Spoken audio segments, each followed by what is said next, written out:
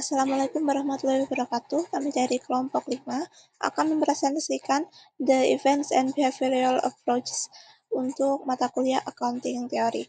Kelompok kami terdiri dari Iwi Anggreni, Amelia Permata, Suatun Hasanah, Zaki Aksel Sabila, Santi Miftahul Hoibah, dan Aurelia Husnul Azizah.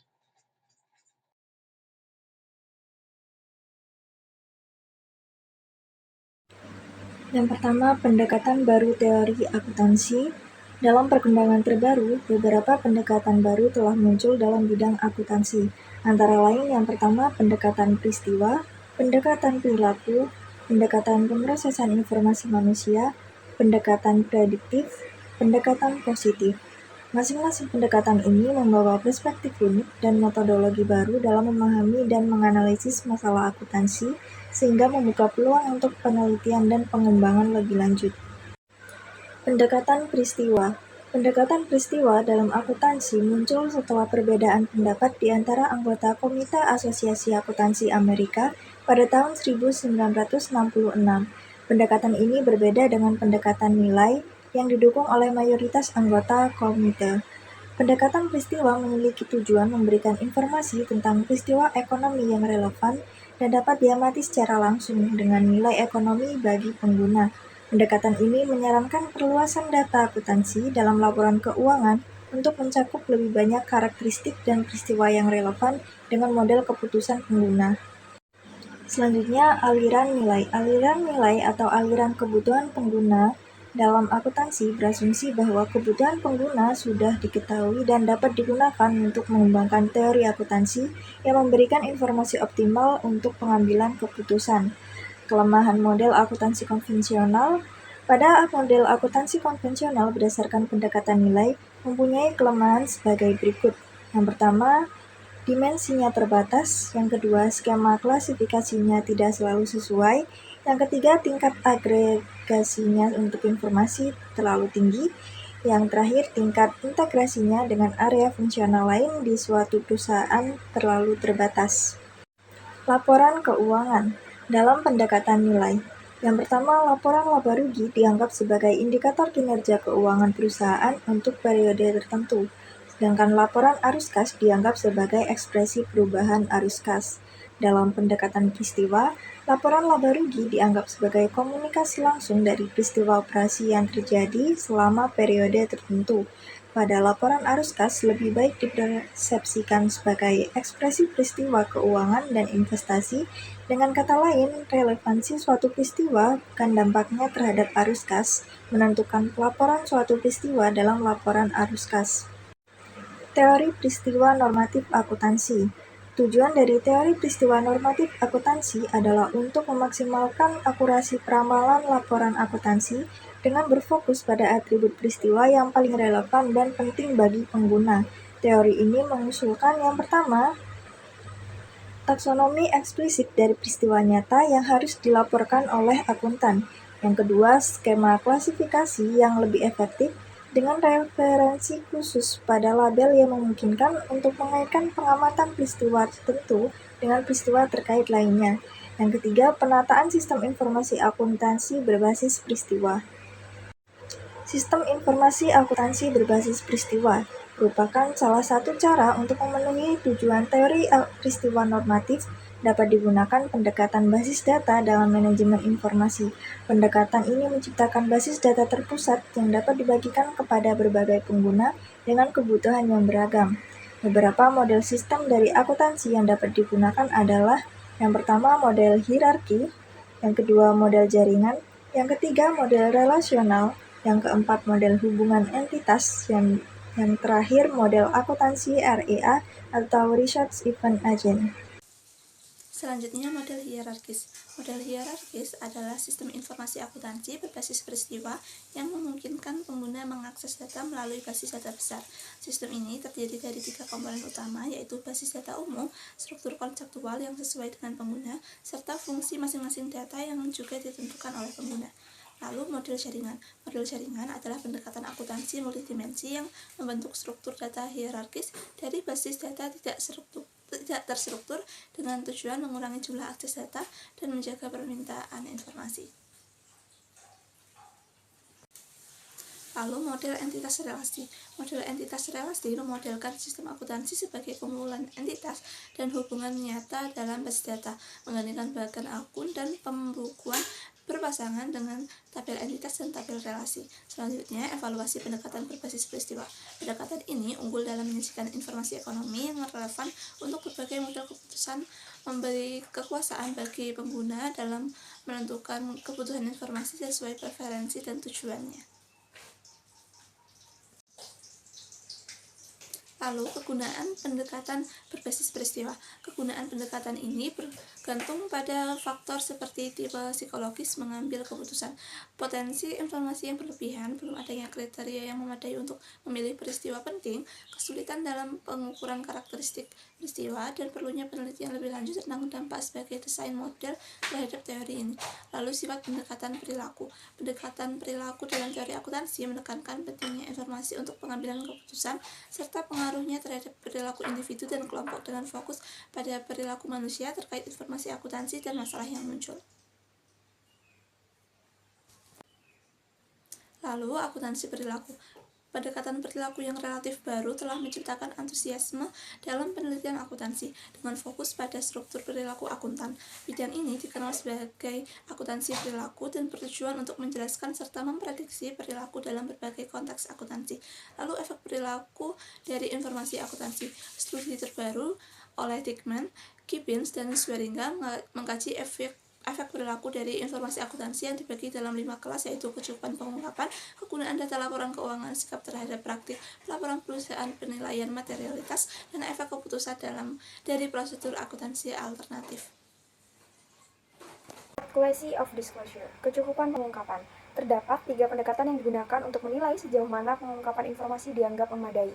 Yang pertama, fokus pada pola pemanfaatan data dalam menyelesaikan isu-isu yang kontroversial, khususnya yang berkaitan dengan apakah suatu informasi perlu disertakan ataupun tidak. Yang kedua, menyoroti bagaimana persepsi dan respons dari berbagai pihak berkepentingan terhadap pengungkapan informasi. Yang ketiga, melihat sejauh mana informasi tertentu disajikan dalam laporan tahunan, serta mengidentifikasi faktor-faktor yang mempengaruhi perbedaan signifikan dalam tingkat pengungkapan keuangan antar perusahaan. Penelitian mengenai kecukupan dan penggunaan pengungkapan menunjukkan bahwa secara umum laporan keuangan dianggap telah memadai oleh banyak pihak. Perbedaan dalam tingkat kecukupan pengungkapan antar laporan keuangan diakui sebagai akibat dari berbagai faktor, seperti skala perusahaan, besarnya laba yang diperoleh, serta ukuran dan reputasi firma audit yang melakukan pemeriksaan. The usefulness of financial statement data, kegunaan data laporan keuangan. 2 pendekatan digunakan untuk menguji kegunaan data laporan keuangan. Yang pertama, menguji pentingnya berbagai item informasi dalam laporan keuangan bagi investor dan penyusun laporan.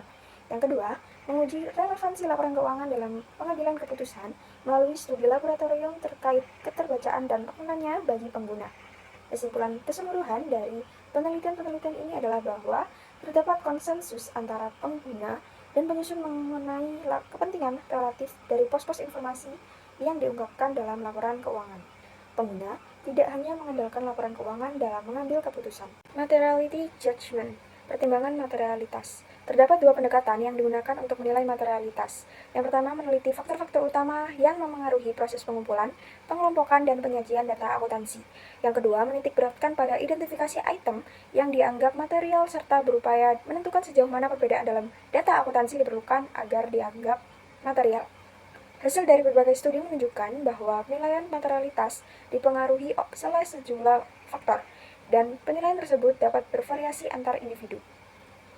Linguistic effects of accounting data and techniques.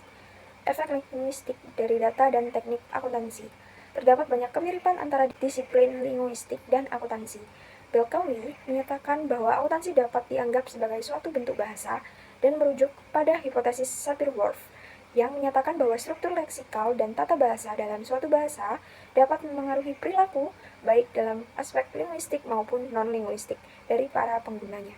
4 proposisi yang berasal dari paradigma relativitas linguistik digunakan untuk secara konseptual menghubungkan temuan penelitian mengenai pengaruh informasi akuntansi terhadap perilaku pengguna, yaitu yang pertama, pengguna dengan perbedaan leksikal tertentu dapat menyelesaikan masalah yang tidak dapat ditangani oleh pengguna lain. Yang kedua, pengguna tersebut juga dapat menyelesaikan tugas lebih cepat atau lebih lengkap. Yang ketiga, aturan akuntansi yang digunakan memengaruhi gaya atau penekanan manajerial. Yang keempat, Teknik akuntansi dapat mempermudah atau menyulitkan perilaku manajerial pengguna. Baik, saya akan menjelaskan mengenai functional fixation dan data fixation. Apa itu functional fixation? Konsep ini awalnya berasal dari psikologi yang intinya functional fixation ini menggambarkan bagaimana pengalaman masa lalu bisa membatasi cara kita melihat suatu benda atau informasi. Misalnya, kalau kita terbiasa menggunakan sebuah benda untuk satu tujuan, kita jadi sulit untuk membayangkan fungsi lain dari benda tersebut ketika dibutuhkan untuk menyelesaikan masalah baru. Konsep ini dikenalkan oleh Dunker yang ingin menunjukkan bahwa pengalaman bisa membuat seseorang menjadi terkunci pada satu cara berpikir, sehingga sulit untuk berpikir kreatif atau fleksibel. Dalam konteks akuntansi, functional fixation ini terjadi ketika seseorang tidak bisa menyesuaikan cara berpikir atau pengambilan keputusannya saat sistem akuntansi berubah, karena sudah terlalu terbiasa dengan sistem sebelumnya. Selanjutnya yaitu pendekatan Ijiri, JTK, dan Knight. Ketiga peneliti ini melihat proses pengambilan keputusan sebagai sistem yang terdiri dari yang pertama input keputusan berupa informasi yang masuk, kemudian output keputusan yaitu hasil atau keputusan yang diambil, dan yang ketiga aturan keputusan yaitu cara atau logika dalam mengambil keputusan. Mereka menekankan bahwa terkadang seseorang tidak bisa menyesuaikan proses pengambilan keputusannya meskipun sistem akuntansi berubah. Hambatan ini disebabkan oleh functional fixation yaitu ketergantungan psikologi pada kebiasaan lama. Baik, yang selanjutnya yaitu beberapa penjelasan mengapa functional dan data fixation ini bisa terjadi. Ada beberapa teori yang menjelaskan kenapa seseorang bisa mengalami functional atau data fixation dalam akuntansi. Yang pertama yaitu conditioning hypothesis, yang mana bisa jadi mahasiswa atau praktisi akuntansi ini terlalu terlatih atau terbiasa merespon laporan keuangan dengan cara tertentu, sehingga sulit untuk menerima atau menyesuaikan diri dengan perubahan yang seharusnya atau sebenarnya sudah dijelaskan dengan baik. Kemudian yang kedua yaitu framing dan prospect theory, yaitu cara sebuah informasi disampaikan atau framing bisa mempengaruhi cara seseorang meresponnya. Kata-kata atau bentuk penyampaian bisa membuat orang berpikir berbeda walaupun isinya sama. Dan yang ketiga yaitu ego involvement, yang mana saat seseorang baru saja mempelajari teknik atau metode akuntansi tertentu, mereka cenderung terlalu percaya diri atau merasa terikat secara emosional dengan metode tersebut, sehingga menganggapnya sebagai satu-satunya cara yang relevan. Yang selanjutnya yaitu information inductance. Information inductance ini menggambarkan bagaimana seseorang bisa mengubah informasi, perilaku, bahkan tujuannya hanya karena mereka memikirkan dampak dari informasi yang akan mereka sampaikan. Jadi sebelum sesuatu benar-benar terjadi, mereka sudah memikirkan kemungkinan dampaknya dan mulai mengubah sikap atau cara komunikasi mereka. Konsep ini diperkenalkan oleh Prakas dan Rappaport. Contohnya, jika seseorang merasa informasi yang ia sampaikan bisa menimbulkan reaksi negatif dari penerima, maka dia bisa jadi akan memilih menyampaikan informasi dengan cara berbeda atau bahkan mengubah keputusan awalnya. Selanjutnya yaitu faktor waktu dari information inductance. Masih dari Prakas dan Rappaport, faktor waktu juga mempengaruhi information inductance. Yang pertama, apabila informasi berkaitan langsung dengan perilaku si pengirim atau si pengirim khawatir penerima akan menganggapnya demikian, maka efek inductance ini akan sangat kuat.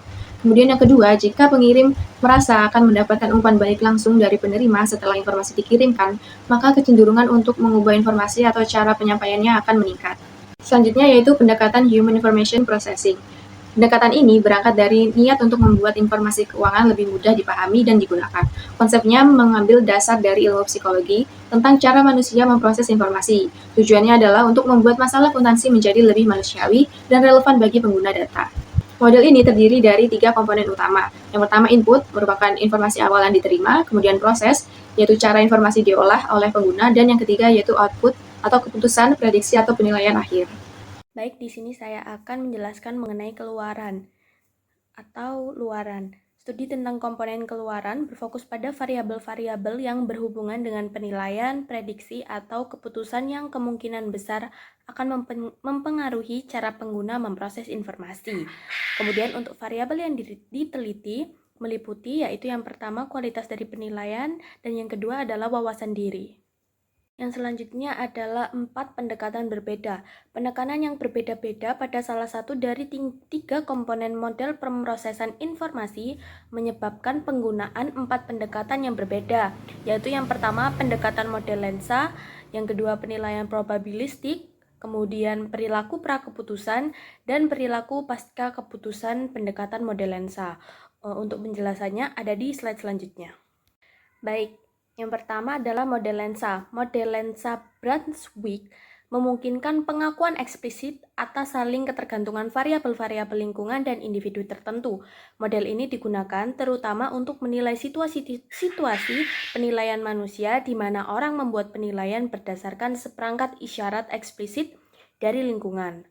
Nah, model ini tuh menekankan pada kemiripan antara lingkungan dan respons subjek. Sebagian besar penelitian akuntansi yang menggunakan model lensa dimotivasi oleh kebutuhan untuk membuat model matematis yang mempresentasikan kepentingan relatif isyarat informasi yang berbeda dan oleh kebutuhan untuk mengukur keakuratan penilaian dan konsensus dan prediktabilitasnya. Nah, berbagai masalah keputusan akuntansi telah diteliti dengan menggunakan model lensa. Hal ini meliputi seperti studi pengambilan kebijakan yang menguji kepentingan relatif dari berbagai isyarat dalam proses penilaian dan konsensus di antara para pengambil keputusan. Kemudian, keakuratan penilaian yang dibuat berdasarkan isyarat akuntansi. Kemudian, yang ketiga, pengaruh karakteristik tugas terhadap prestasi dan pembelajaran, pengaruh karakteristik tugas terhadap pencapaian dan pembelajaran. Baik, di sini saya akan menjelaskan mengenai penilaian probabilistik. Pendekatan penilaian probabilistik kadang-kadang dikenal sebagai pendekatan Bayesian. Pertama-tama berfokus pada perbandingan penilaian probabilitas intuitif dan model normatif. Model normatif untuk revisi probabilitas yang dikenal sebagai teorema Bayes digunakan sebagai model deskriptif pemrosesan informasi manusia. Baik, yang selanjutnya saya akan menjelaskan mengenai teorema Bayes. Nah, bentuk probabilitas a priori dari teorema Bayes menyatakan bahwa ini terdapat rumus dalam bentuk perbandingan dua hipotesis, yaitu H1 dan H2. Nah, yang paling kiri adalah perbandingan probabilitas posterior antara dua hipotesis setelah data D diketahui. Kemudian untuk yang tengah atau likelihood ratio perbandingan yaitu perbandingan seberapa besar kemungkinan data D muncul di bawah masing-masing hipotesis. Untuk yang kanan yaitu prior probability ratio, yaitu perbandingan keyakinan awal terhadap dua hipotesis sebelum melihat data. Nah, ini di mana H1 dan H2 adalah hipotesis alternatif dan D adalah datum. Itu maksudnya H1 dan H2 itu adalah dua hipotesis yang sedang dibandingkan. Kemudian untuk D-nya sendiri adalah data atau bukti yang diamati. Pada slide ini saya akan menjelaskan mengenai penilaian probabilistik dan teorema Bayes. Pertanyaan dasar yang diteliti dalam penelitian awal dalam penilaian probabilistik adalah apakah probabilitas direvisi ke arah yang ditunjukkan oleh teorema Bayes. Nah, temuan menunjukkan bahwa hal ini terjadi pada tingkat yang lebih rendah dari teorema Bayes. Fenomena ini telah diberi label konservatisme. Oke, saya akan menjelaskan mengenai heuristik dan penilaian probabilistik. Tversky dan Kahneman melaporkan bahwa orang mengandalkan sejumlah heuristik untuk mengurangi tugas kompleks dalam penilaian probabilitas dan memprediksi nilai menjadi operasi penilaian yang lebih sederhana. Heuristik ini termasuk yang pertama, keterwakilan, yaitu yang mengacu pada heuristik yang digunakan orang ketika mereka menilai probabilitas suatu peristiwa berdasarkan tingkat kemiripannya atau keterwakilannya dengan kategori yang dianggap sebagai miliknya. Yang kedua, ketersediaan, yaitu yang mengacu pada heuristik yang digunakan orang ketika mereka menilai probabilitas suatu peristiwa berdasarkan kemudahan muncul dalam pikiran. Nah, kemudian penyesuaian dan penjangkaran mengacu pada heuristik yang digunakan orang ketika mereka membuat estimasi dengan memulai dengan nilai awal dan kemudian menyesuaikan nilai tersebut untuk menghasilkan jawaban akhir. Baik, yang selanjutnya adalah perilaku pra pengambilan keputusan. Sebagian besar eksperimen yang didasarkan pada model lensa atau penilaian probabilistik melibatkan situasi yang sangat berulang-ulang di mana tugasnya didefinisikan dengan baik. Subjek terpapar pada isyarat yang tepat dan masalahnya telah ditentukan sebelumnya. Yang berarti bahwa eksperimen ini gagal mengeksplorasi tahap-tahap perilaku prakeputusan. Perilaku prakeputusan berlaku pada dinamika definisi masalah, pembentukan hipotesis, dan pencarian informasi di lingkungan yang kurang terstruktur. Nah, perilaku prakeputusan ini umumnya diperiksa dengan menggunakan metode penelusuran proses. Nah, penelusuran proses cenderung mengandalkan 4 metode, yaitu yang pertama, gerakan mata, kemudian yang kedua, perilaku pencarian informasi, yang ketiga, waktu perhatian atau respon terhadap isyarat informasi, dan yang terakhir atau yang keempat adalah protokol introspektif think aloud secara verbal. Baik, selanjutnya mengenai pendekatan gaya kognitif. Nah, gaya kognitif adalah suatu konstruk hipotesis yang digunakan untuk menjelaskan proses mediasi antara rangsangan dan respon. Nah, 5 pendekatan dalam studi gaya kognitif dalam psikologi telah dilaporkan sebagai berikut seperti autoritarianisme, dogmatisme, kompleksitas kognitif, kompleksitas integratif, ketergantungan lapangan atau field dependence. Nah, studi akuntansi yang didasarkan pada 5 pendekatan ini telah berfokus pada pengklasifikasian pengguna informasi berdasarkan gaya kognitif mereka dan pada perancangan sistem informasi yang paling sesuai dengan gaya kognitif pengambilan keputusan. Nah, selanjutnya yaitu relativisme kognitif dalam akuntansi. Nah, relativisme kognitif dalam psikologi sosial telah menciptakan minat yang kuat terhadap struktur pengetahuan yang digunakan dalam memori. Nah, serta dalam cara belajarnya juga. Nah, Gibbons itu menggambarkan kelinian profesional dalam akuntansi publik sebagai proses 5 komponen sebagai berikut. Pertama, skema atau struktur pengetahuan yang dikumpulkan melalui pembelajaran dan pengalaman. Yang kedua itu peristiwa pemicu atau rangsangan. Yang ketiga itu lingkungan penilaian. Yang keempat itu proses penilaian. Dan yang kelima itu keputusan atau tindakan. Nah, inti dari relativisme kognitif dalam akuntansi adalah adanya proses kognitif yang diasumsikan membimbing proses penilaian atau pengambilan keputusannya. Selanjutnya, relativisme kultural dalam akuntansi. Nah, relativisme kultural beranggapan bahwa budaya itu membentuk fungsi kognitif individu yang dihadapkan pada fenomena akuntansi atau audit. Nah, pandangan ini tuh menyatakan bahwa budaya itu menentukan proses penilaian atau pengambilan keputusan dalam akuntansi. Definisi komponen budaya ini dijelaskan oleh Hofstede sebagai 4 dimensi yang mencerminkan orientasi budaya suatu negara dan menjelaskan 50% dari perbedaan dalam sistem nilai antar negara, yaitu pertama ada individualisme versus kolektivisme, yang kedua jarak kekuasaan besar versus kecil, lalu penghindaran ketidakpastian yang kuat versus yang lemah, lalu maskulinitas versus feministas. Nah, model relativisme kultural ini tuh mengasumsikan bahwa perbedaan dalam keempat dimensi ini tuh menciptakan arena budaya yang berbeda yang berpotensi menentukan perilaku organisasi yang dapat membentuk proses penilaian dan pengambilan keputusan dalam akuntansi.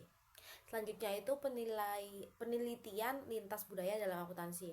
Nah, terdapat setidaknya 5 pendekatan dasar yang mungkin dalam penelitian lintas budaya itu dalam akuntansi, yaitu pertama ada parosial studies, yaitu pendekatan yang terdiri dari studi-studi tentang Amerika Serikat yang dilakukan oleh orang Amerika.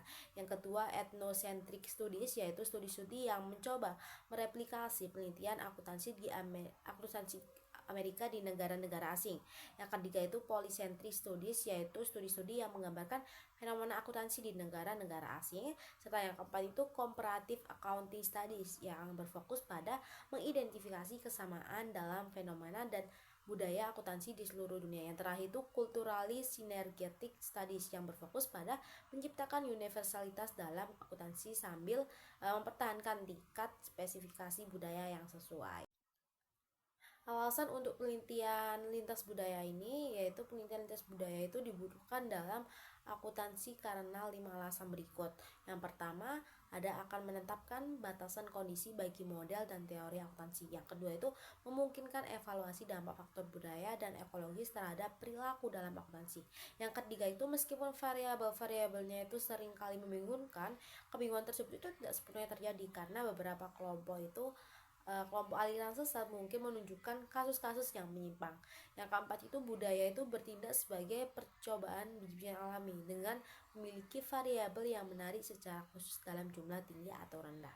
Yang kelima itu budaya itu menentukan aspek fungsi psikologisnya.